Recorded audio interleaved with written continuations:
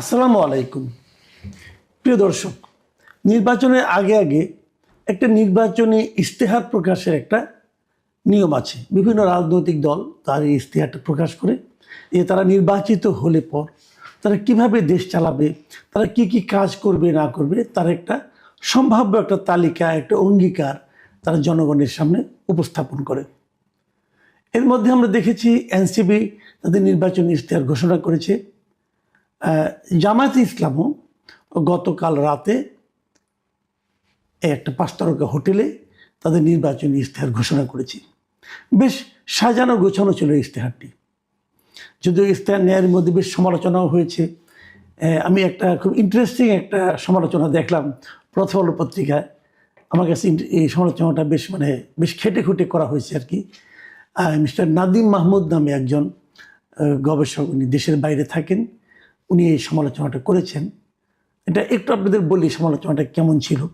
সেখানে উনি দেখিয়েছেন যে ওখানে বেশ কয়েকটা অধ্যায় জামাতে ইসলামের, যেমন স্বাস্থ্য, পরিবার কল্যাণ, তারপরে আপনার মৎস্য প্রাণী সম্পদ, তারপরে আপনার মানব সম্পদ ও জনজীবনের মৌলিক উন্নয়ন পঞ্চম ভাগে যেটা ছিল, শিক্ষা ব্যবস্থা, স্বাস্থ্য, পরিবার কল্যাণ, তারপরে সমাজ কল্যাণ, এই সমস্ত যে অধ্যায়গুলো আছে সেই ইশতেহারে, সেই অধ্যায়গুলোর শুরুতে যে ছবিগুলি ব্যবহার তারা করেছে জামাত ইসলাম, সেই ছবিগুলোর যে কটা আমি বললাম, এই সব কটার ছবি তারা ভারতীয় বিভিন্ন প্রকাশিত ম্যাগাজিন থেকে নিয়েছে। ভারতের কোনো না কোনো অনুষ্ঠানে এরকম একটা ছবি হয়েছিল, ভারতের কোনো না কোনো অনুষ্ঠানের যে সুভেনির ছিল সেখানে এই ছবিগুলো ব্যবহার করা হয়েছিল। ওনারা এগুলো কোনো ধরনের আপনার তথ্যসূত্র এবং কৃতজ্ঞতা প্রকাশ করা ছাড়াই এগুলি তারা এখানে ছাপিয়েছে। এটা এক ধরনের চর্যবৃত্তি আপনি বলতে পারেন, এক ধরনের চুরি করেছে। নিজেদের ইশতেহার প্রকাশের সময় এই ধরনের চুরি তাদের কেন করতে হলো, এটা আমার কাছে বোধগম্য নয়। এবং এখানে প্রত্যেকটা জায়গায় যেখানে নারীর ছবি আছে, একটাতে দেখা যাচ্ছে একজন লেডি ডাক্তার একজন নারীর একটা বাচ্চা মেয়েরকে স্টেথোস্কোপ দিয়ে দেখছেন, এবং তারপর আরেক জায়গায় দেখা যাচ্ছে যে গার্মেন্টস শ্রমিকরা কাজ করছেন। যে নারীর যে ছবিগুলি দেখা আছে, জামাতের যারা লিডার আছেন, মহিলা লিডার, নারী লিডার, এবং জামাত যেহেতু পর্দা প্রথায় বিশ্বাস করে তারা পর্দা দিয়ে চলে, কিন্তু এখানে হিজাব ছাড়াই নারীদের ছবিও দেখলাম। ওখানে যেভাবে ছিল ভারতের ওই ছবিটাতে, তারা হুবহু সেটা এখানে জাস্ট মেরে দিয়েছে। তো এটা জামাতের এক ধরনের দীনতা, আমি মনে করব দৈন্য একটা ব্যাপার। দরকার ছিল না তো, আমাদের দেশে তো এরকম তাদের দিয়ে ছবি তুলতো, হিজাব পরা, বোরকা পরা, এই ধরনের পর্দানশীল মহিলাদের ছবি হিসেবে দেওয়া যেতে পারতো। তো আধুনিকতাও করবেন, আবার পর্দার কথাও বলবেন, এটা কেমন? তো এই জায়গাটাতে আমার মনে হয়েছে যে খুবই একটা তারা প্রকাশগত একটা দুর্বলতা তারা দেখিয়েছে। এটা আমি বললাম যে আজকে আমি প্রথম আলোতে পড়লাম, চোখে পড়লো, এই জন্য বললাম। ওরা একদম খুঁজে খুঁজে বের করেছে ছবিগুলো। আমি দেখেছি, আমার কাছে একটু খটকে লেগেছিল, কিন্তু কোথার থেকে চুরি করেছে, কোথার থেকে নিয়েছে, এটা তার আমি আসলে বুঝতে পারিনি। কিন্তু নাদিম মাহমুদ সাহেবকে ধন্যবাদ জানাচ্ছি যে উনি অনেক খুঁজে খেটে এগুলি বের করেছেন একদিনের মাথায়। আমি আজকে যে বিষয়টির কথা বলতে চাই সেটা হলো যে জামাতের আমির ডক্টর শফিকুর রহমান বেশ কিছুদিন আগে দেশের বাইরে, বোধহয় আমেরিকায় বসে একবার একটা অনুষ্ঠানে বলেছিলেন যে ওনারা নারীদের, শ্রমজীবী নারীদের, অথবা যে সমস্ত নারীরা অফিসে কাজ করেন তাদের কর্মঘণ্টা কমানোর কথা উনি বলেছিলেন। যে আমরা তো এমনি সবাই 8 ঘন্টা কাজ করি, ওখানে ওনারা 5 ঘন্টা কাজের কথা বলেছিলেন, যে 3 ঘন্টা তাদের কর্মঘণ্টা কমানো হবে। এবং এই কমানোর মাধ্যমে ওনারা হয়তো ভেবেছিলেন, অথবা ওনারা জানানোর চেষ্টা করেছিলেন যে নারীদের প্রতি তাদের দল কতটা সহানুভূতিশীল, হয়তো এই কথাটাই প্রকাশ করতে চেয়েছিলেন। তবে সেখানে বিতর্ক হয়েছে। অনেকে বলেছে, আমিও বলেছি, যে ওনারা যে কর্মঘণ্টা কমাচ্ছেন, ওনাদের কাছে কি কোনো নারী এ পর্যন্ত কখনো কোনো প্রক্রিয়ায় এই আবেদন করেছে যে আমাদের কর্মঘণ্টা কমিয়ে দিন? এটা একদিক দিয়ে ওনারা হয়তো একটা লজিক দেখানোর চেষ্টা করেছেন যে নারীরা তো ঘরেও কাজ করে, আবার বাইরেও যদি সমানই কাজ করে তাহলে কেমন চলবে? তো ঠিক আছে, ঘরে কাজ নারীদের জায়গায় পুরুষরা করলেই পারে, না তো নেই কোনো কাজের, তো আর কোনো জেন্ডার হয় না, তাই না? মনে করেন ভাত খাওয়ার পর আপনি প্লেটটা ধোবেন, নারীকেই ধুতে হবে, এমন তো আমাদের এই দেশে একটা প্র্যাকটিস কিন্তু আছে, দেখবেন যে স্বামী স্ত্রী দুইজনেই চাকরি করে, হয়তো এমন আছে যে একই অফিসে চাকরি করে, ব্যাংকে হয়তো একসঙ্গেই চাকরি করেন, দুজন একসঙ্গে যান, একসঙ্গে ফিরেন, ফেরার পর পুরুষ যিনি আছেন উনি যে ড্রয়িং রুমে যে হেলান দিয়ে বসে মোবাইল টিপেন অথবা টেলিভিশন দেখেন অথবা পত্রিকা পড়েন, আর নারী কিন্তু অফিসের কাপড়টা চেঞ্জ করেই যে রান্নাঘরে ঢুকেন। তো এটা না করলেই হয়, উনি সবাইকে করুন, প্রভাবিত করার চেষ্টা করুন, বলুন, উৎসাহ দিন যে পুরুষরাও নারীদের সঙ্গে যে কাজ করবে, অথবা নারীকেই কেন করতে হবে, নারী যে রেস্ট দিক, উনি যে মোবাইল টিপুন, পুরুষ যে রান্না করুন, কোনো সমস্যা তো নাই। রান্নার কাজটা যে কেবল নারীদের, এটা আমাদের দেশে বোঝা যায়। আপনি যখন কোনো বড় বড় হোটেলে খান, রেস্টুরেন্টে খান, সেখানে রান্নাবান্না কিন্তু পুরুষরাই করে, কাজে পুরুষরা রান্নাবান্না করতে পারে না তা তো আর নয়। যাই হোক, সেটা আলোচনা না। আলোচনার বিষয় হলো যে এই যে নারীদের কর্মঘণ্টা কমানোর যে ব্যাপারটা, এইটা আবদারটা কে করেছিল ওনার কাছে? কেউ করেনি। এবং বলার চেষ্টা করা হলো যে 3 ঘন্টা কমালে মেয়েদের জন্য একটা উপকার হবে, নারীরা এরকম সুবিধা পাবে, কিন্তু আসলে কি তাই পাবে? আমি অনেক অফিসে জানি যে এমনিতে আপনি দেখবেন যে নারী পুরুষ সমান চাকরি কিন্তু হয় না। আপনি দেখবেন অফিসে নারীর সংখ্যা কম, যে কোনো বেসরকারি অফিস বলেন, সরকারি অফিস বলেন, পুরুষের তুলনায় নারীর সংখ্যা কিন্তু কম, নারী কর্মীদের সংখ্যা কম। বেসরকারি অফিসে তো আমি দেখেছি যে তারা নারী কর্মীদেরকে নিতেও চান না, অনাগ্রহ। আমি নিজে অনেক অনেক মিডিয়াতে চাকরি করেছি, আমি দেখেছি মিডিয়ার বড় বড় মালিকদেরকে, কর্তাদেরকে রিক্রুটমেন্টের সময় বলতে যে দেখবেন যেন মেয়েকে কম নেওয়া যায়। ধরেন 30 জন রিপোর্টার আছে, আমি যখন মিডিয়াতে ছিলাম, 30 জন রিপোর্টারের মধ্যে বলা হলো যে ঠিক আছে 4 জন 5 জনের বেশি নারী নিয়েন না। এবং রেশিওটা এরকমই হয়। আপনার টেলিভিশনের রিপোর্টার দেখবেন, পত্রিকায় দেখবেন, যদি 30 জন অথবা 40 জন রিপোর্টার থাকে, 30 জনের মধ্যে 6-7 জনের বেশি নারী পাবেন না আপনি। এর কারণটা কি? এর কারণটা হলো তাদেরকে মালিক পক্ষ অথবা ওনারা বলার চেষ্টা করেন যদি একজন নারীকে নেওয়া হয় তাহলে ওনার মনে করেন শারীরিকভাবে ধরেন জন সন্তান হবে, তখন তাকে আবার বেশ কয়েক মাস মাতৃত্বকালীন ছুটি দিতে হয়। এটা তারা দিতে আগ্রহী না। তারা বলবেন তখন সময়টা তারা বসে বসে বেতন নেবে, অতএব নারী আমরা নেব না, কম নেব। তো এইভাবে যখন আপনি ভাববেন তখন এই সমস্যাগুলি কিন্তু আসলে তৈরি হয়। তাহলে এমনি নারীদেরকে নিতে চান না, তার মধ্যে যখন আপনি কর্মঘণ্টা কমিয়ে দিবেন তখন তো মেয়েদেরকে আরও নিতে চাইবে না, বলবে কি যে ওনাকে যদি আমি নেই তাহলে তো ওনার কাছ থেকে আমি 5 ঘন্টার কাজ পাবো, তার কাছ থেকে আমি 8 ঘন্টার কাজ পাবো না, তাহলে তাকে আমি নেবো কেন? এই বিষয়গুলো কিন্তু আসবে। তাতে কি হবে? আপনি নারীদের কর্মঘণ্টা কমিয়ে আসলে নারীদের অংশগ্রহণটাই কমিয়ে দিচ্ছেন। কাজে এটা খুব প্র্যাকটিক্যাল কোনো চিন্তা না, এবং এটা মানে সারা দুনিয়াতে গ্রহণযোগ্য কোনো চিন্তাও কিন্তু হবে না।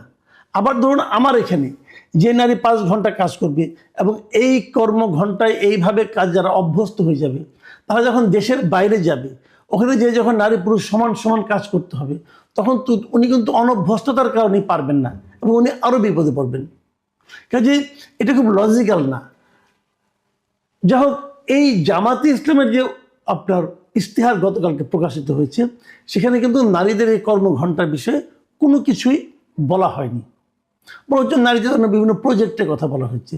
তো যখন বলা হয়নি, এটা হয়তো অনেকে ভাবতে পারেন এটা একটা স্বস্তির খবর, কিন্তু না, এটা স্বস্তির খবর নয়। এই ইশতেহার প্রকাশ অনুষ্ঠানেই জামাতের আমির যখন বক্তব্য দিয়েছেন, তিনি আবার সেই নারীদের কর্মঘণ্টা কমানোর বিষয়টিকে সামনে নিয়ে এসেছেন। উনি বক্তৃতা দেওয়ার সময় সে কথাটা বলেছেন। তিনি যেখানে বলেছেন যে নারীদের কর্মঘণ্টা নির্ধারণে জামাতের একটি পরিকল্পনা রয়েছে, পর্যায়ক্রমে সেটি বাস্তবায়ন করা হবে। মাথায় রাখবেন, পর্যায়ক্রমে সেটি বাস্তবায়ন করা হবে।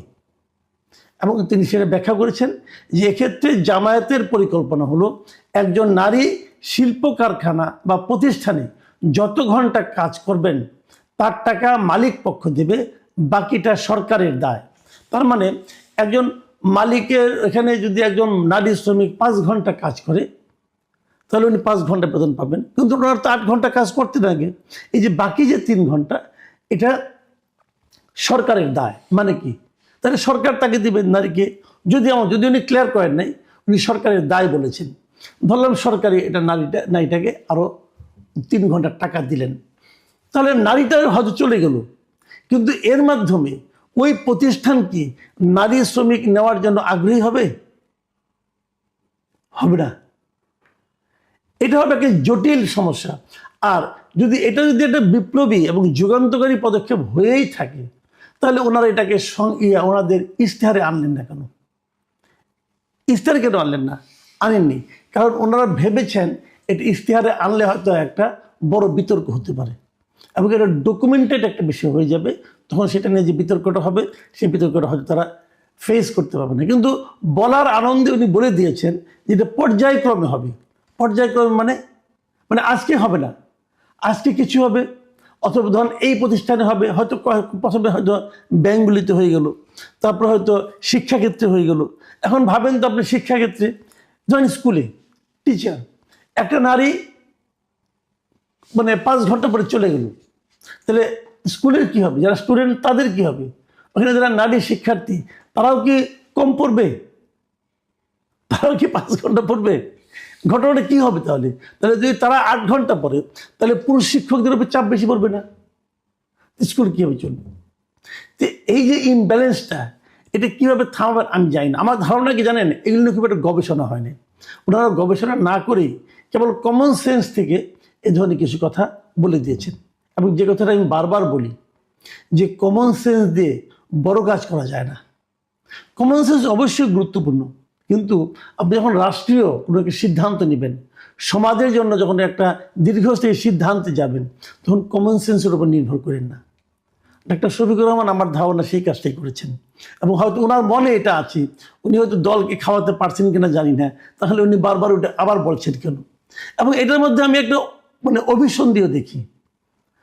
মানে অনেকে হয়তো বলবেন যে কি অভিসন্ধি? অভিসন্ধিটা এই ধরনের যে নারীদের ব্যাপারে ওনাদের যে দৃষ্টিভঙ্গিটা, এটা আলাদা করে ওনাদেরকে প্রকাশ করতে হচ্ছে, এবং এই প্রকাশ করার মাধ্যমে ওনারা নারীর উপকারের পরিবর্তে নারীদেরকে আরও বেশি ক্ষতিগ্রস্ত করার মতো পদক্ষেপ হয়তো যাবেন।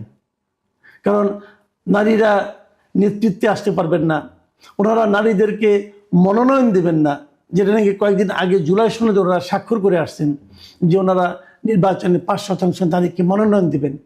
নারীদেরকে ওনারা মনোনয়ন দেবেন না, নারীদেরকে ওনারা নেতৃত্বে আনবেন না বলে, এবং আনা কখনো সম্ভব না বলে ওরা আন্তর্জাতিক মানে মিডিয়াতে সাক্ষাৎকারে বলবেন।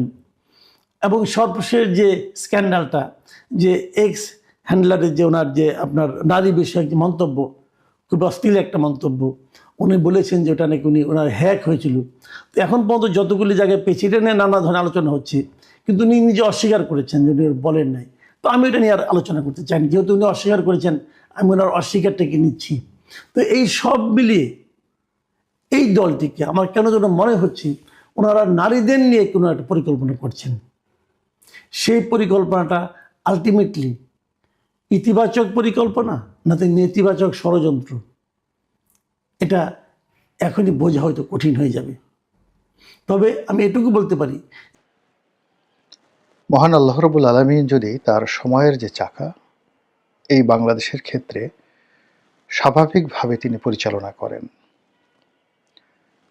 কোনো রকম দুর্ঘটনা না ঘটে, মানুষ যে আশঙ্কা করছে সে আশঙ্কার কোনো কিছু যদি না হয়, তাহলে ফেব্রুয়ারি মাসে 12 তারিখ মানে আজ থেকে মাত্র 7 দিন পর দেশে একটা সংসদ নির্বাচন অনুষ্ঠিত হতে যাচ্ছে, ত্রয়োদশ জাতীয় সংসদ নির্বাচন। অদ্ভুত জটিল একটি নির্বাচন। নির্বাচন একই সঙ্গে গণভোট, নির্বাচন একই সঙ্গে কনস্টিটিউশনাল অ্যাসেম্বলি।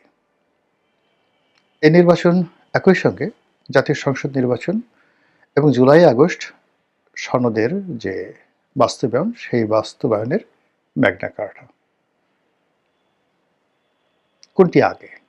জুলাই সনদ আগে, হানা ভোট আগে, সংবিধান সংশোধন আগে, নাকি সংসদ গঠন করে সরকার গঠন আগে?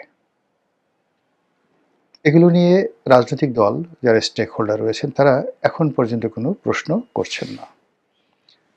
ওদিকে যারা নির্বাচনের আয়োজক তারা স্পষ্ট বলে দিয়েছেন যে এই কাজ আগে সমাপ্ত করতে হবে, তারপর সরকার গঠন কিংবা তারপর পার্লামেন্ট মেম্বারদেরকে শপথ গ্রহণের পরে যে ক্ষমতা দেওয়া হয় তাদেরকে, পার্লামেন্ট অধিবেশন, সেই জিনিসগুলো হবে। মূল ব্যাপার হলো যে পুরো নির্বাচনকে কেন্দ্র করে বিভিন্ন পক্ষ বিপক্ষের যে কথাবার্তা, সেই কথাবার্তার কারণে নানা রকম আতঙ্ক ছড়িয়ে পড়ছে। আর এই কারণে নির্বাচনের মাত্র 7 দিন আগেও কোথাও কোনো স্বস্তির বাতাস নেই। আজকে যখন এই ভিডিওটি করছি তখন জনাব তারেক রহমান সাহেব খুলনাতে নয়, মানে বরিশালে তিনি তার সমাবেশ করলেন।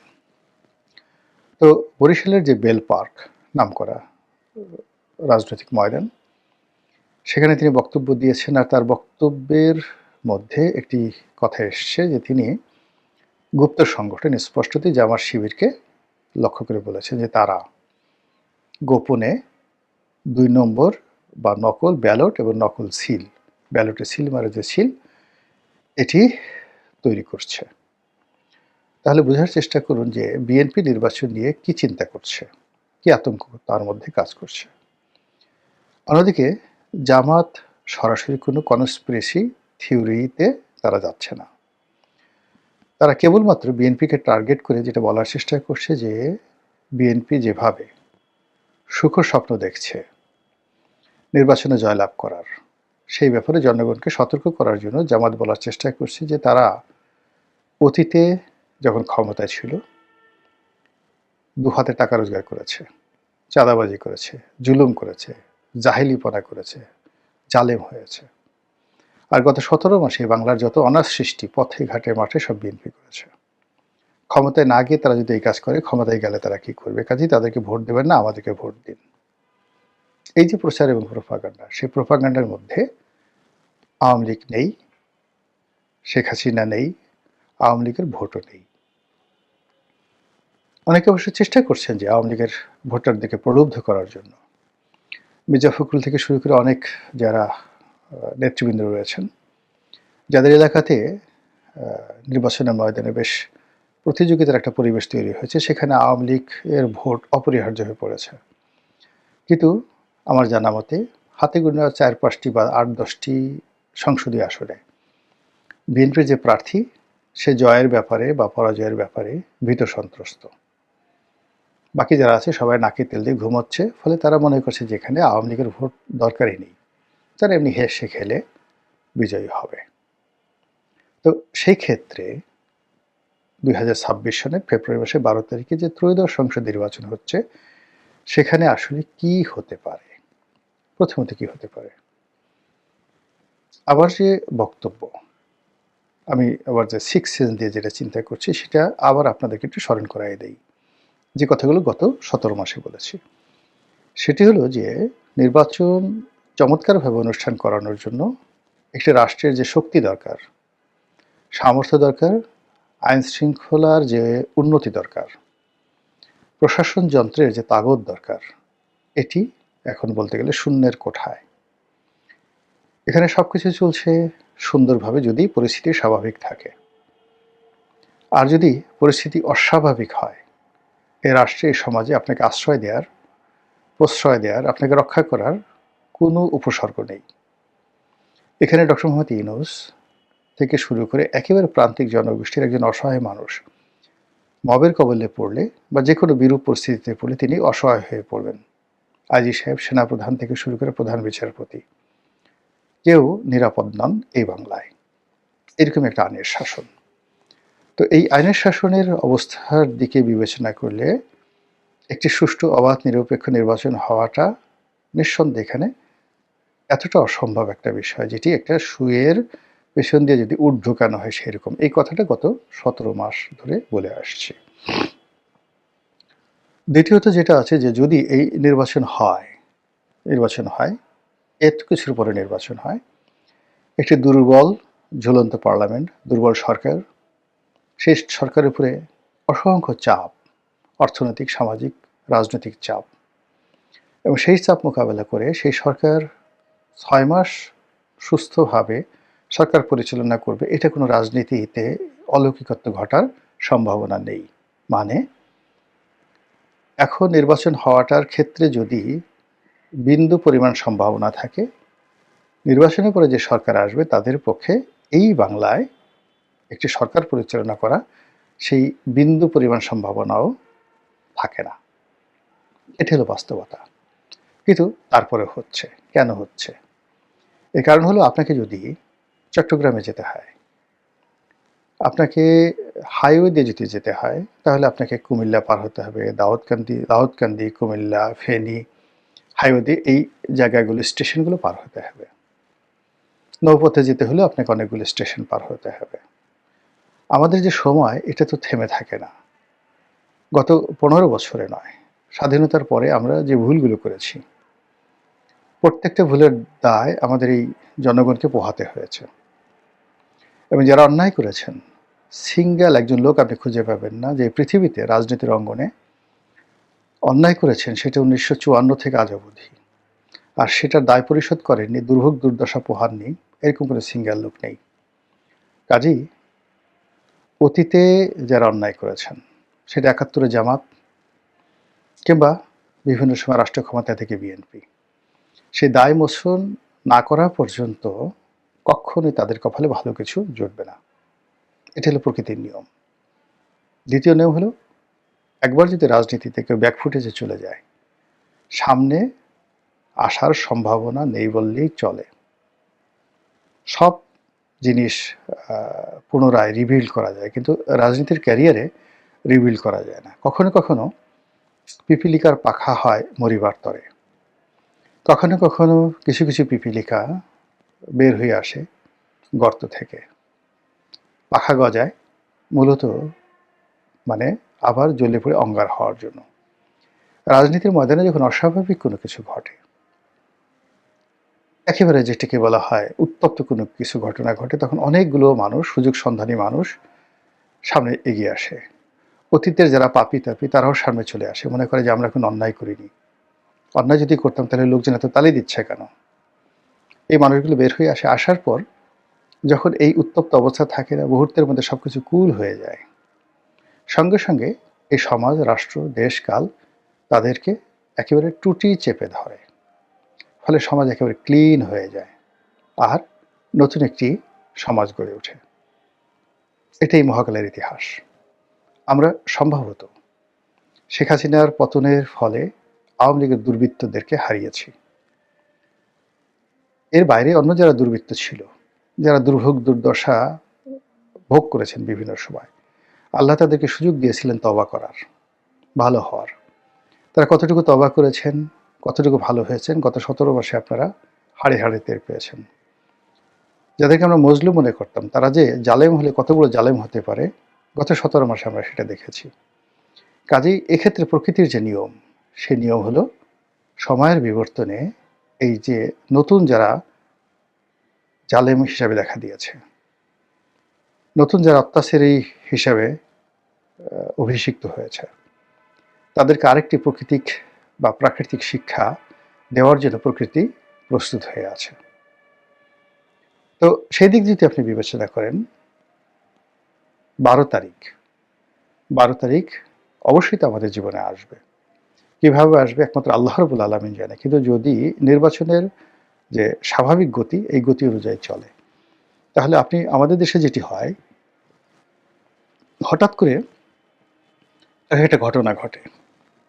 যেমন আমাদের দেশে আবু সাইদের হত্যাকাণ্ড, মুগ্ধর হত্যাকাণ্ড, হাদি হত্যাকাণ্ড পুরো জাতিকে নাড়িয়ে দিয়েছিল 24 ঘন্টা থেকে 48 ঘন্টার মধ্যে।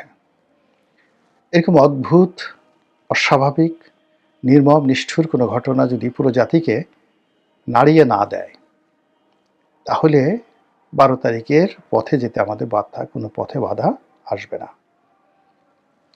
আমরা এমন একটা জাতি, আমরা ক্রাইসিস ম্যানেজমেন্ট করতে পারি না। ফলে কোনো সমস্যা আসার সঙ্গে সঙ্গে আমরা সেটার সঙ্গে আত্মসমর্পণ করি, কমপ্লাই করি। যারা অতীতের শাসক, তারা সবাই ক্ষমতা ছাড়ার পূর্ব মুহূর্তে বড় বড় কথা বলেছেন। এরশাদ সাহেব বলেছেন, বেগম জিয়া বলেছেন, তারেক রহমান সাহেব বলেছেন, শেখ হাসিনা বলেছেন, এভরিবডি, ময়নূর আহমেদ বলেছেন। কিন্তু ক্ষমতা যখন ছেড়ে দিয়েছেন, তাদের আর কাউকে পাওয়া যায় নাই বড় কথা বলা যায় না। একমাত্র শেখ হাসিনা দেশের বাইরে আছেন, বড় বড় কথা বলছেন, বাংলাদেশে থাকলে কিভাবে কথা বলতেন এটা দেখার বিষয়। এনিওয়ে, এখন যেটা হচ্ছে যে যদি সবকিছু স্বাভাবিকভাবে থাকে তাহলে 12 তারিখ একটি নির্বাচন হবে। সেই নির্বাচন উৎসববিহীন। এর কারণ হলো 12 তারিখ পর্যন্ত যদি শান্তিপূর্ণভাবে যাওয়া যায়, 12 তারিখে কোনো অশান্তি হওয়ার সম্ভাবনা থাকবে না। এখন যদি সত্যভাবে সবকিছু আমরা গ্রহণ করি যে কয় পার্সেন্ট ভোট আসছে, যারা যত ভোট পেয়েছে, এটা সঠিকভাবে ঘোষণা করার চেষ্টা করি, কম আসলে কম, বেশি আসলে বেশি, সৎ থাকার চেষ্টা করি, আশা করি সমস্যা হবে না। কিন্তু যদি ম্যানিপুলেট করার চেষ্টা করা হয়, 5%কে বাড়িয়ে 50% করার চেষ্টা করা হয়, কোনো প্রার্থী যদি এখানে ভোট ম্যানিপুলেশন করার চেষ্টা করেন বা সামগ্রিকভাবে সেন্ট্রাল কোনো বিধি ব্যবস্থার মাধ্যমে ভোট ম্যানিপুলেশন করার চেষ্টা করা হয়, তাহলে নির্বাচনের দিন সারা বাংলাদেশ অশান্ত হয়ে পড়বে এবং এটি নিয়ন্ত্রণ করা যাবে না। এটি হাদি হত্যাকাণ্ডের মতো যে একটা সেন্টিমেন্ট তৈরি করেছিল, আগুন তৈরি করে দিয়েছিল সারা বাংলায়, ওইরকম একটা আগুন তৈরি হয়ে যাবে নির্বাচনের দিন, যদি বললাম। কিন্তু যদি সঠিক পথে থাকে, এটা বাঙালি সাধারণত শান্তিপ্রিয়, তারা এই কাজে যাবে না। 13 তারিখ 12 তারিখ রাতে নর্মালি যেটা হচ্ছে, 12 তারিখ রাত পর্যন্ত সবাই অপেক্ষা করবে, 13 তারিখ সকাল পর্যন্ত আর মানুষ অপেক্ষা করবে না। ভোটের ফলাফল যদি দিয়ে দেওয়া হয়, যারা বিজয়ী হবে তারা বিজয় মিছিল করবে, তাদের বিজয় মিছিল বন্ধ করা যাবে না। আর যারা পরাজিত হবে তাদেরকে পালাতে হবে, বড় কথা বলতে পারবে না। এর কারণ হলো যে 13 তারিখে এই বাংলায় পরাজিতদেরকে আশ্রয় দেওয়ার, প্রশ্রয় দেওয়ার কোনো লোক থাকবে না। No one can do it. এবং গত 17 মাসের যে কর্মকাণ্ড, পরস্পরের প্রতি ক্ষোভ, ক্লেদ, ক্রোধ যা জমা হয়েছে, 13 তারিখে বিজয়ী পক্ষ তার প্রতিপক্ষের উপর সেগুলো ঢালার চেষ্টা করবে, যদি না এখানে আল্লাহ বিশেষ ব্যবস্থা না নেন। দ্বিতীয়ত যে বিষয়টি 13 তারিখে আশঙ্কা করা হচ্ছে, যে কোনো কারণে যদি টেকনিক্যাল কারণে ভোটের যে ফলাফল, এই ফলাফল ঘোষণা করতে দেরি হয়, ডক্টর মোহাম্মদ ইউনূসের সরকার যদি কোনো সিদ্ধান্ত দিতে গড়িমসি করেন, রূপ নিতে পারে।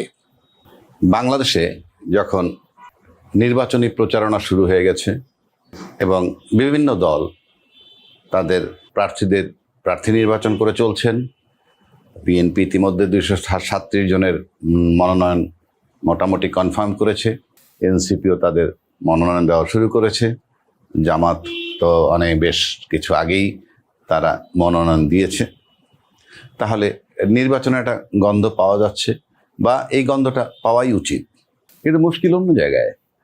এখন যেখানে গিয়ে ঠেকলো সেটা হলো এই যে সম্প্রতি বিশেষ করে সব দল বলতে জামাত, বিএনপি এবং এনসিপি আর অন্য যারা বিএনপির ছত্রছায়া আছেন তারা বিএনপি যা বলে, যদি কেউ জামাতের ছত্রছায়া থেকে থাকেন তাহলে জামাত যা বলে, সেগুলো হলো অন্য দলের কর্মকাণ্ড। তো সেই অ্যাঙ্গেলে চিন্তা করলে গণভোটের পক্ষে সব রাজনৈতিক দল একটা ঐক্যমত্যে আসছে, এবং এই ঐক্যমত্যে আসার পর একটা বিষয়ে দুইটা বড় দলই দুই দিকে গো ধরেছে। জামাত গো ধরল যে নির্বাচনের আগে অর্থাৎ নভেম্বরে গণভোট দিতে হবে, এমনকি গণভোট দিতে যদি দেরি হয় তাহলে নির্বাচন প্রয়োজনে পিছাতে হবে, তাদের বক্তব্যটি এরকম। পাশাপাশি বিএনপি বলছে যে গণভোট এবং নির্বাচন, সংসদ নির্বাচন একই দিনে হতে হবে।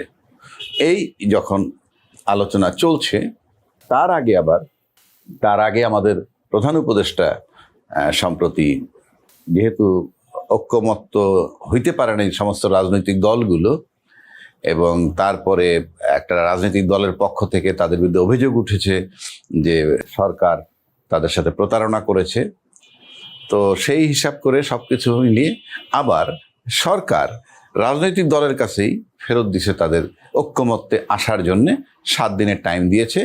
ইতিমধ্যে সেটা 3-4 দিন পার হয়ে গেছে।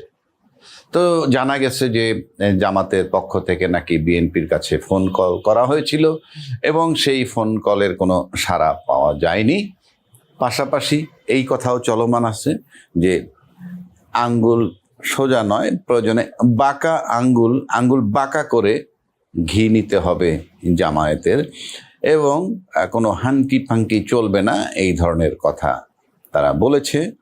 এবং সেটা নিয়ে মোটামুটি তারা আজকে পর্যন্ত সিরিয়াস বলেই মনে হয়। তো তার আলোকে কয়েকটা কথা আমি বলতে চাই যে এই যে সোজা আঙ্গুলে ঘি ওঠে না, এটাকে অনেকেই অনেক স্যাটায়ার করে বলছে। আমি স্যাটায়ার করে বলতে চাই না, তবে হাঙ্কি মাঙ্কি কথাটাকে একটু আমি হালকাভাবে নিচ্ছি। এটা স্যাটায়ার করা যায়, এগুলো রাজনীতিতে হাঙ্কি ভাঙ্কি কথাগুলো চলে না। তবে সোজা আঙ্গুলে যে ঘি ওঠে না বাংলাদেশের রাজনীতিতে, বিশ্বের রাজনীতি নিয়ে আমি আলোচনা করব না, তাদের রাজনীতির স্টাইল আলাদা। গণতন্ত্র যে সমস্ত দেশে আছে তাদের গণতান্ত্রিক প্রক্রিয়াটা বা গণতান্ত্রিক সিস্টেমটা, গণতন্ত্র স্টাবলিশ রাখার জন্য তাদের যে চিন্তা ভাবনা, আমরা তার কাছে কিনার দিয়েও নাই।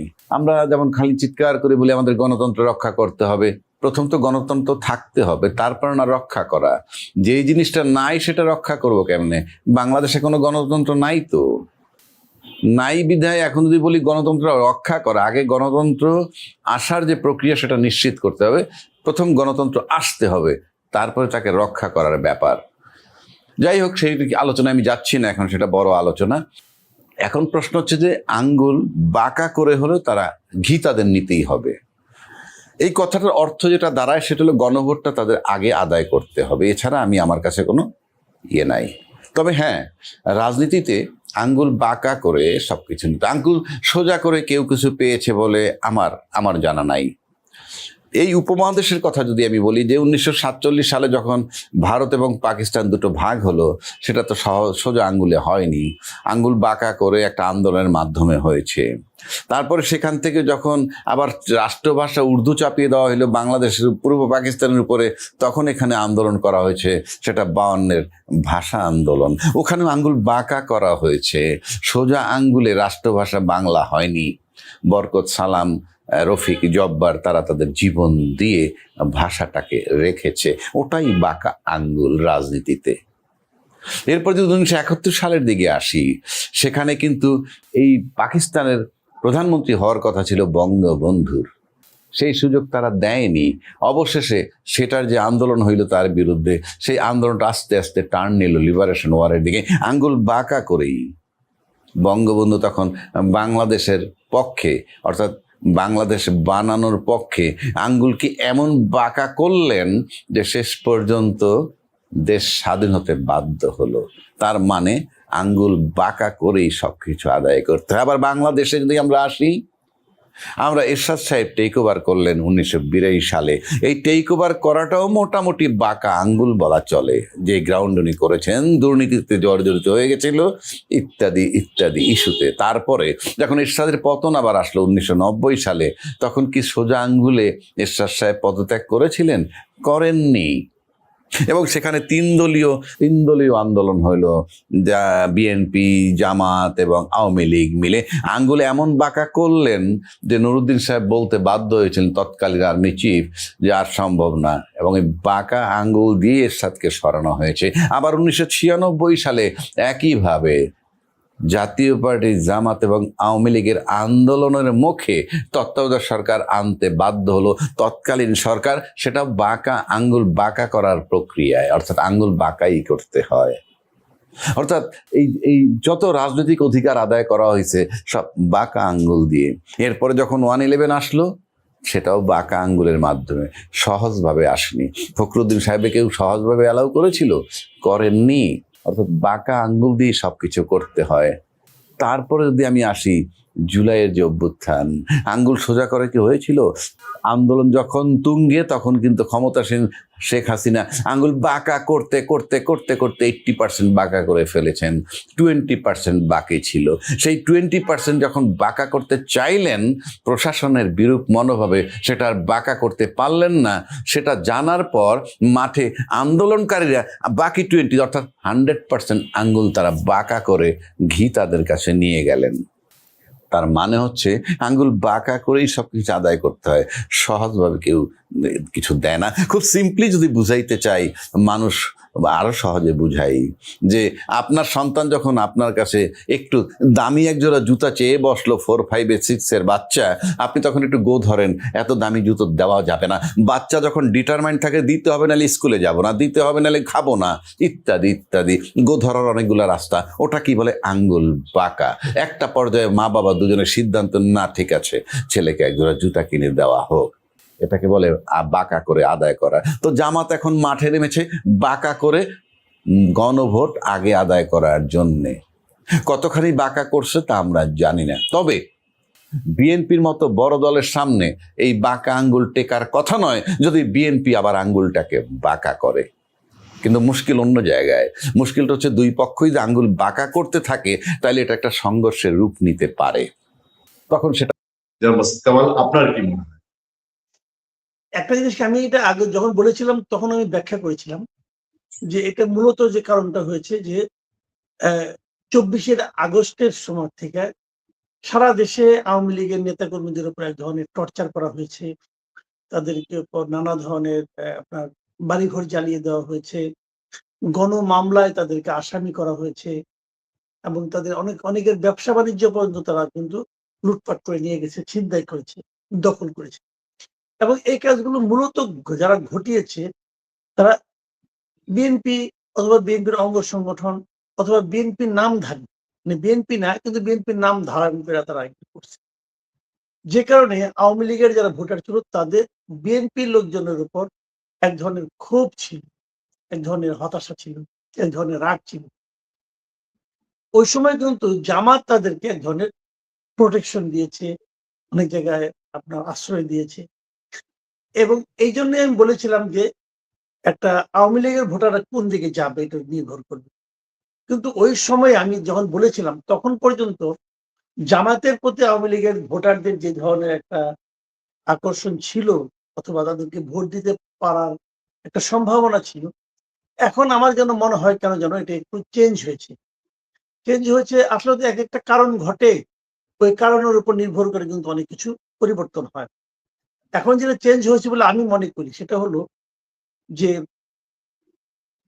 জামাত যখন এনসিপির সঙ্গে জোট করলো, এই জিনিসটা আওয়ামী লীগের যারা ভোটার আছে, কর্মী সমর্থক আছে, তাদেরকে জামাতের পক্ষে ভোট দেওয়ার ক্ষেত্রে একটু সে কি করে তুলবে। কারণ আওয়ামী লীগ, আমি যতটুকু বুঝি, আওয়ামী লীগের ভোটাররা এবং তারা যখন মনে করে যে এনসিপির কারণে তাদের দলটাকে এইবার ইলেকশনে তারা আনতে পারলো না, তারা এটা মনে করে যে এনসিপি আওয়ামী লীগের রাজনীতিকে এখন স্থগিত করার অবস্থায় যা আছে এটা এনসিপির দাবির কারণে হয়েছে এবং এনসিপির কারণে তারা আসতে পারলো না। যে কারণে এনসিপির উপর আওয়ামী লীগের এক সর্বস্তরের নেতাকর্মীদের একটা ক্ষোভ রাগ আছে। জামাত যখন এনসিপির সঙ্গে জোট করলো তখন আওয়ামী লীগের এই ক্ষোভটা কিন্তু কিছুটা হলো জামাতের উপর যে পড়েছে।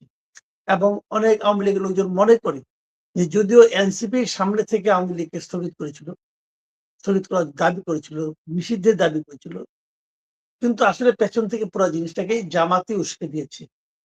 এই মনোভাব থেকে আমি মনে করি যে এবার মানে যতটা ভোট জামাতের পাওয়ার কথা ছিল আওয়ামী লীগের, ততটা ভোট হয়তো জামাত পাবে না, বরঞ্চ এই ভোটগুলো বিএনপির দিকে যাবে বেশি। এটা হলো আমার এই মুহূর্তের বিশ্লেষণ।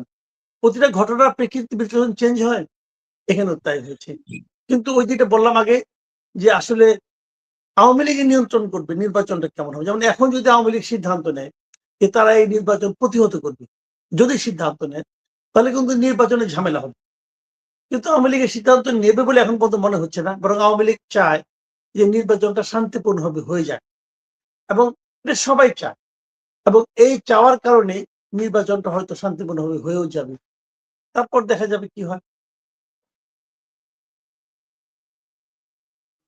মাসুদ ভাই, আমি এই প্রসঙ্গে আপনার কাছে জানতে চাই যে ধরেন আপনি বলছেন যে এনসিপি যা যা করেছে জামাতের সঙ্গে গেছে, এই যে এনসিপি এখন নির্বাচনী ইশতেহার দিচ্ছে, জামাতও দিচ্ছে, আলটিমেটলি তো পরোক্ষভাবে দেশ গত 1.5 বছর এনসিপি বা জামাতে ইসলামী শাসন করেছে মূলত। কারণ হচ্ছে যেমন উপদেষ্টা যারা নিয়োগ পেয়েছে তারা তো এনসিপি বা এই ছাত্র আন্দোলনে যারা নেতৃত্ব দিয়েছে তাদের সুপারিশে। তাহলে তারা যদি 1.5 বছরে যা করেছে, দেশের উন্নয়ন বলেন বা অন্যান্য ক্ষেত্রে আইন বা শাসন সুশাসনের ক্ষেত্রে, মানুষ তো 1.5 বছর একটা লক্ষণ দেখলো। তাহলে তারা যে এখন আবার নতুন করে ইশতেহার দিচ্ছে, আগামী দিনে এতে আর কি আশার আলো থাকে? মানে মানুষ কি এর আগের 1.5 বছর আগের আওয়ামী লীগ দিয়ে বিচার করবে, নাকি গত 1.5 বছর, ইমিডিয়েট 1.5 বছর যারা দেশে শাসন চালিয়েছে তাদেরকে দিয়ে বিচার করবে? না, এটা আপনি একটা খুব ভালো পয়েন্ট তুলেছেন। এখানে যে জিনিসটা হবে সেটা আমি বলি আপনাকে।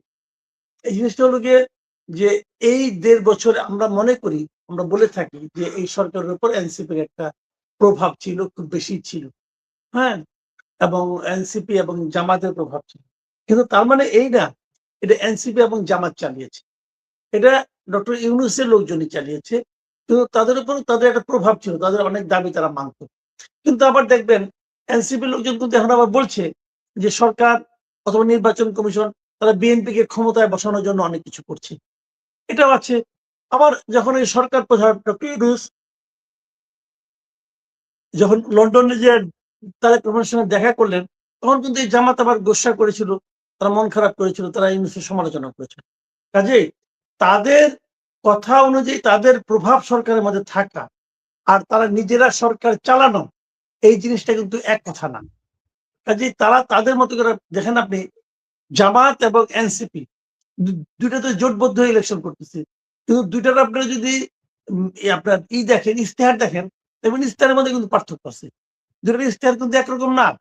একরকম না এই কারণে দল দুটো তো আলাদা। এই জোট কেবল নির্বাচনী জোট। দল তো আলাদা এবং দলের আদর্শ আলাদা। কাজে কিছুটা পার্থক্য থাকবেই। সেই বিচারে দুই ধরনের কাজ করতেছে। জামাতের ইশতেহারটা মানে যদি জামাত ক্ষমতায় যায়, যদি জামাত জোট ক্ষমতায় যায়, তাহলে জামাতের ইশতেহারটাই বেশি প্রাধান্য পাবে। এনসিপিটা কিন্তু পাবে না। এটাই রিয়েলিটি। তখন তো এনসিপি তার ইশতেহারের উপর ভিত্তি করে তারা তাদের রাজনীতিটা করবে। হ্যাঁ, এটা তো কোনো সমস্যা নেই। একত্রে গেলেই যে এক হয়ে যাবে তা তো না।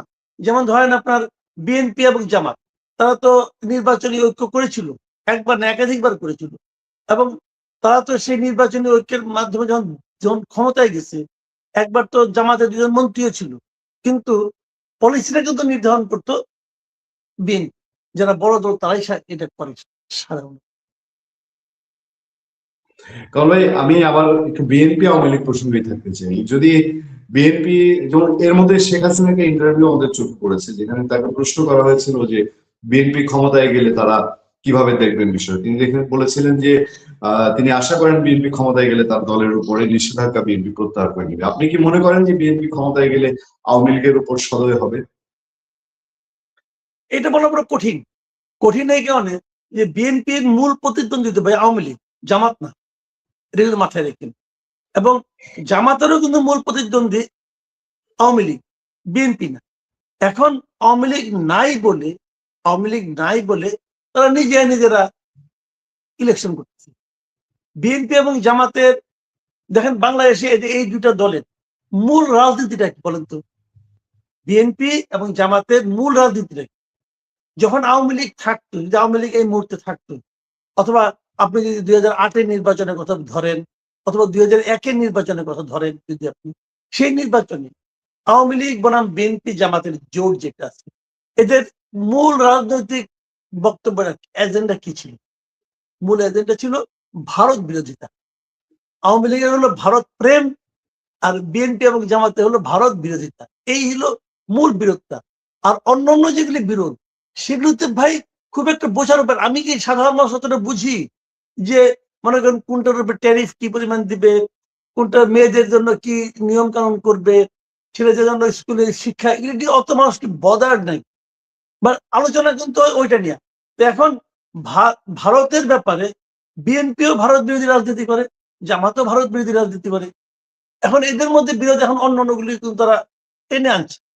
কিন্তু আজকে যদি হাইপোথেটিক্যালি ধরেন, যদি এখন আওয়ামী লীগ রাজনীতিতে থাকতো এবং আওয়ামী লীগ যদি নির্বাচন করতো, আবার দেখতেন ওই ভারতের পক্ষে ভারত প্রেম এবং ভারত বিরোধিতা, এই দুইটাই কিন্তু মূল ইস্যু হয়ে দাঁড়াইত। তো যে কারণে এখন তো আর ওই ঝামেলাটা নাই। তো সে কারণে আমি মনে করি যে বিএনপি বলেন আর জামাত বলেন, যারাই ক্ষমতায় আসুক, আওয়ামী লীগের জন্য যে খুব একটা সুবিধা হবে তা না। আওয়ামী লীগের পথটা আওয়ামী লীগের নিজেদেরকে তৈরি করে দিতে হবে। কেউ তাদের সুবিধা করে দিবে এটা আমি মনে করি না। মাসুদ ভাই, নির্বাচন হচ্ছে, নির্বাচনের পর ক্ষমতা হস্তান্তরে কোনো জটিলতার আশঙ্কা করেন আপনি? আমি না করি না। আজকে দেখলাম যে প্রেস সেক্রেটারি বলতেছেন যে 18-19 তারিখের মধ্যে ক্ষমতা হস্তান্তর হয়ে যাবে, উনি বলতেছেন। তো আমার কাছে এটা নিয়ে মানে ওনারা ক্ষমতা হস্তান্তর করার জন্য একজনের প্রস্তুতি নিচ্ছে, এটা বোঝা গেল। কিন্তু আমার মনে হয় যে এতদিনই বা লাগবে কেন? যদি নির্বাচন হয়ে যায় তাহলে সঙ্গে সঙ্গে আমাদের এখানে তো এটা তো আর আমেরিকা না যে নির্বাচন হওয়ার 3 মাস পরে ক্ষমতা হস্তান্তর করতে হবে। এটা তো তা না। আর তাছাড়া একটা মানে অনির্বাচিত সরকার, ওদের আরো 1 সপ্তাহ ক্ষমতায় থাকতে হবে কেন? এটা আমি মনে করি যে 12 তারিখে নির্বাচন হয়ে গেলে পরে যত দ্রুত সম্ভব শপথ গ্রহণ করে নতুন সরকার হাতে ক্ষমতা দিয়ে দেওয়া উচিত। মাসুদ ভাই, আমি চোখ রাখতে চাই, দেখেন এই গতকালকেই একটা জায়গায় ব্যালটের সিল প্রস্তুত করার ঘটনা ঘটেছে, ধরা পড়েছে আইন শৃঙ্খলা বাহিনীর হাতে, এবং মেসেজ এসছে কোন দলের কর্মী তারা, সেসব খবরাখবর পত্র পত্রিকা এসছে। এবং প্রশ্ন উঠেছে যে ব্যালটের সিল মারলে তাহলে তো ব্যালটও আছে কিনা, বা হ্যাঁ না এইসব ব্যালট আছে কিনা। এটা একটা বিষয়, তো ছোট ক্ষুদ্র বিষয় ধরলাম বিচ্ছিন্ন, কিন্তু তার বাইরেও বিএনপি এবং জামাত ইসলামী কিন্তু একে অন্যের প্রতি ইলেকশন ইঞ্জিনিয়ারিং এর অভিযোগ তুলছে। বিশেষ করে বিএনপি স্থায়ী কমিটির সদস্য মির্জা আব্বাস এই কথাটা নির্বাচনী প্রচার শুরু হওয়ার পর কমপক্ষে 3 দিন বলেছেন যে ইলেকশন ইঞ্জিনিয়ারিং এর লক্ষণ তিনি দেখতে পাচ্ছেন। আপনার কাছে কি মনে হয়? দেখেন, এটাকে আমি বিচ্ছিন্ন ঘটনা মনে করি না ভাই। সিল বা নির্বাচনের সিলটাকে বানাতে হবে কেন? এটার কি অন্য কোথাও কোন রকম প্রয়োগ আছে? এই সিল যারা বানাচ্ছেন তারা কেন বানাচ্ছেন? কারণ তো একটাই, তারা ব্যালট পেপারে সিল মারবেন অথবা সিল মারার সুযোগ খুঁজবেন, হতেই পারে। এবং সেই বিচারে ব্যালট পেপারও তৈরি হতে পারে। কাজে এটাকে বিচ্ছিন্ন ঘটনা বলেন না, এটা অনেক বড় একটা ঘটনার একটা নমুনা মাত্র। হয়তো আরো অনেক জায়গায় সিল বানানো হয়ে গেছে, ধরা পড়ে নাই, এক জায়গায় ধরা পড়ছে। তো এই জিনিসটা আমি মনে করি খুব দ্রুততার সঙ্গে এই ঘটনার একটা আপনার তদন্ত এবং সুরাহা হওয়া উচিত। চেপে ধরলে আমি শিওর তার কাছ থেকে জানা যাবে কারা তাকে সিল বানাতে বলেছিল, তাকে ধরলে জানা যাবে সে আর কাকে কাকে বলেছিল, অথবা তাকে কে বলেছে। এইভাবে এটা উদ্ধার করা সম্ভব। আমি মনে করি সরকারের উচিত হবে, নির্বাচন কমিশনের উচিত হবে এটাকে খুব সিরিয়াসলি নেওয়া এবং এটা খুঁজে বের করা। এটা অত সহজ কোনো ঘটনা না। আমি কিন্তু এর আগে কখনো এ ধরনের কোনো ঘটনার কথা শুনিনি কোনো জীবনে। আগের অনেকগুলি নির্বাচন তো আমি দেখেছি, আমি কখনো এরকম পাইনি যে কেউ সিল বানায়। তো সিল বানানোর অর্থটা কি? আরেক জায়গায় বৈশা তারা ব্যালট পেপার বানায় নিছে, সমানে সিল মারতে থাকবে, মেরে একবারে যায় না সব এখানে প্রতিস্থাপন করে দিয়ে আসবে। অনেক সময় তো এরকম হয়, দেখবেন আপনি ওই যে বুথ দখল করে সমানে সিল মারতে থাকে, ওদের তো একটু সময় লাগে, 2-3 জন মিলে সময় লাগে। যাতে নাকি সময়টা না লাগে তারা এই জন্য ব্যবস্থা নিচ্ছে যে হয়তো আগে 2-3 দিন ধরে তারা এই কাজই করবে, খালি কাজ করে ট্রেনে নিয়ে শেষ ওই হয়তো এক সময় যায় নিয়ে একটা হইচই করে সরাই ট্রেনে একবার সব ঢুকাই দিয়ে আসবে। এরকম হতে পারে, কিন্তু আমি কিন্তু এটাকে খুব সহজভাবে নিচ্ছি না, এবং এটা অনেক বড় একটা ইন্ডিকেশন। আপনার আমার জানার আগ্রহ, আমি আমার নিজস্ব সোর্স এবং অথেন্টিক সোর্স, যেটা আমার সাংবাদিকতার ভিত্তি আছে, যে আমি উত্তরবঙ্গের বিএনপির একজন প্রার্থীর কথা জানি। তিনি বলছেন আওয়ামী লীগের মানুষজনকে যে ভাই আসেন, এলাকায় আসেন, ভোটটা দেন, ধানের শীষে প্রয়োজনে নাতে দেন। না কি জিতে যাওয়ার কোনো সম্ভাবনা আছে কিনা? শুনেন, সম্পূর্ণ আইন বহির্ভূত ভাবে সরকার হার পক্ষে প্রচারণা চালিয়েছে। আরপিওতে স্পষ্টভাবে লেখা আছে যে সরকারের কোনো কর্মকর্তা কর্মচারী, সরকারের কর্মে নিয়োজিত এমন কোনো ব্যক্তি কোনো নির্বাচনে কোনো পক্ষে কোনো পক্ষাবলম্বন করতে পারবে না। সেখানে তারা করেছে, এবং কি ওসব উদ্ভট উদ্ভট অজুহাত দিয়ে তারা হার পক্ষে প্রচারণা চালিয়েছে এবং এখনো চলছে সেই প্রচারণা। আমি গতকালকেও সরকারের কাছ থেকে গভর্নমেন্ট ইনফরমেশন নামে যে ইগুলো আসে, মানে মেসেজ গুলো আসে মোবাইলে, সেখানে আমি মোবাইলে এরকম একটা মেসেজ পেয়েছি যে হাতে ভোট দিন, কালকেও পেয়েছি। তার মানে এটা এখনো চলছে। অথচ আমরা জানি যে আরো 1 সপ্তাহ আগে নির্বাচন কমিশনের পক্ষ থেকে স্পষ্টভাবে বলা হয়েছে যে খাওয়ার পক্ষে কেউ কোনো প্রচারণা চালাতে পারবেন না। এখনো সে সমস্ত ব্যানার ফেস্টুন কিন্তু বিভিন্ন সরকারি অফিসে আমরা দেখতে পাচ্ছি। তো এই যখন চলছে, তখন যদি নির্বাচন হয়, তার মানে সরকার তো একটা পক্ষ নিয়ে নিছে, নিয়ে তারা এর জন্য এখন প্রত্যেকটা ডিসি কে দিয়া ওনারা কিন্তু এই প্রচারণা চালিয়েছেন। ডিসিরা হলেন গিয়ে রিটার্নিং অফিসার। তাহলে হার বিপরীতে না, যতই আপনি না ভোট দেন, ওই আগে যে হা না ভোট হয়েছিল তিনবার, তিনবারের মধ্যে একবার জিয়াউর রহমানের আমলে, একবার এরশাদের আমলে, এই দুইবার যেরকম মানে যাই ভোট দেন না কেন হা জয়যুক্ত হয়েছে বলা হবে। আমার ধারণা এবারও হা জয়যুক্ত করানো হবে। প্রকৃত ভোট হলে কি হতো আমি জানি, কিন্তু করানো হবে। তাহলে সেই ক্ষেত্রে বিএনপির জন্য এটা কতটা চ্যালেঞ্জিং হবে? বিএনপির জন্য অনেক চ্যালেঞ্জিং হবে। কারণ বিএনপি এই যে জুলাই যে সনদটা, এটা যদি জয়যুক্ত হয় এবং এটা যদি আপনার জোর করে আগামী সরকারকে বাস্তবায়ন করতে বলা হয়, বিএনপির যে ৩১ দফা আছে, সেই ৩১ দফার সঙ্গে কিন্তু এটার অনেক পার্থক্য আছে। অনেক ক্ষেত্রে এটা বলতে, যেমন ধরেন আপনার বিএনপি তো উচ্চ কক্ষ মেনে নিয়েছে, কিন্তু বিএনপি কিন্তু উচ্চ কক্ষে ওই যে পিআর সিস্টেমের মাধ্যমে কিন্তু বিএনপি উচ্চ কক্ষে মানতে চায় না। তো ধরেন এখন আপনার হা জয়যুক্ত হলো, তখন বিএনপি কে পিআর সিস্টেমে উচ্চ কক্ষে মানতে হবে। সেটা কি বিএনপি মানবে? বিএনপি যদি ক্ষমতায় থাকে, যদি না মানে তাহলে কি হবে? আবার দেখলাম যে বিএনপির যিনি শীর্ষ নেতা আছেন তারেক রহমান, উনিও হা ভোটের পক্ষে ভোট দিতে বললেন। তো উনি যদি এটা থেকে ভোট দিতে বলেন, তাহলে ওনাকে যদি পাল্টা প্রশ্ন করি, ভাই তাহলে আপনার দলের লোকজন এই জুলাই সনদে যে সমস্ত ক্ষেত্রে নোট অফ ডিসেন্ট দিয়ে এসেছে, সেগুলির কি হবে? আপনি কি তাহলে নোট অফ ডিসেন্টকে বাতিল করে দিবেন? যেভাবে আছে সেভাবে আপনি এটাকে মানবেন? আবার সেক্ষেত্রে আপনাদের একটি রাষ্ট্র সংস্কারের ৩১ দফা, যেটা নিয়ে আরো ৩.৫ বছর আগে থেকে আপনারা আন্দোলন করতেছেন, জনগণের মতামত দিচ্ছেন, সেটার কি হবে?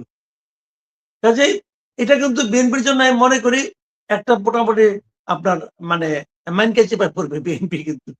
কারণ বিএনপি তার যে দলীয় যে সমস্ত বক্তব্য নিয়ে জনগণের কাছে গিয়েছেন, অঙ্গীকার করেছেন, এবং আমার তো মনে হয় এবারে নির্বাচনী ইশতেহারে তাদের ৩১ দফা কথা থাকবে।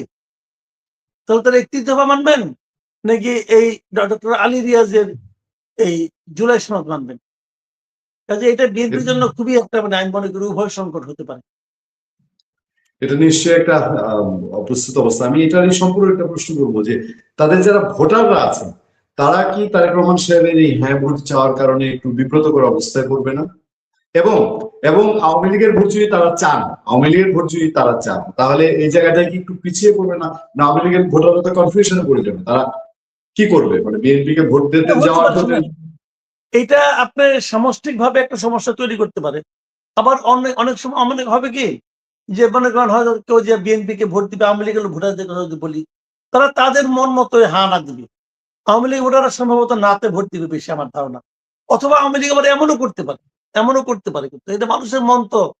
মানুষ যারা ভাবতে পারে ঠিক আছে বিএনপির ক্ষমতায় পাঠায়, কিন্তু দেখি বিএনপি এটা মানতে পারে না, বিএনপি যদি এটা না মানে তখন বিএনপির উপর ব্লেম দিতে পারবো যে তোমরা তো হানা ভোটই মানলা না, তোমরা তো মানে জুলাই সনদই মানলা না, তখন বিএনপির উপর ব্লেম দেওয়া একটু সহজ হবে। এটা হতে পারে।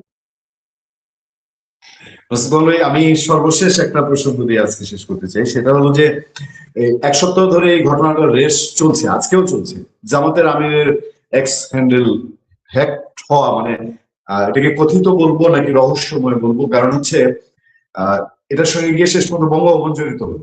বঙ্গভবনে একজনকে গ্রেফতারও করা হলো, একদিনের মাথায় তার জামিন হলো।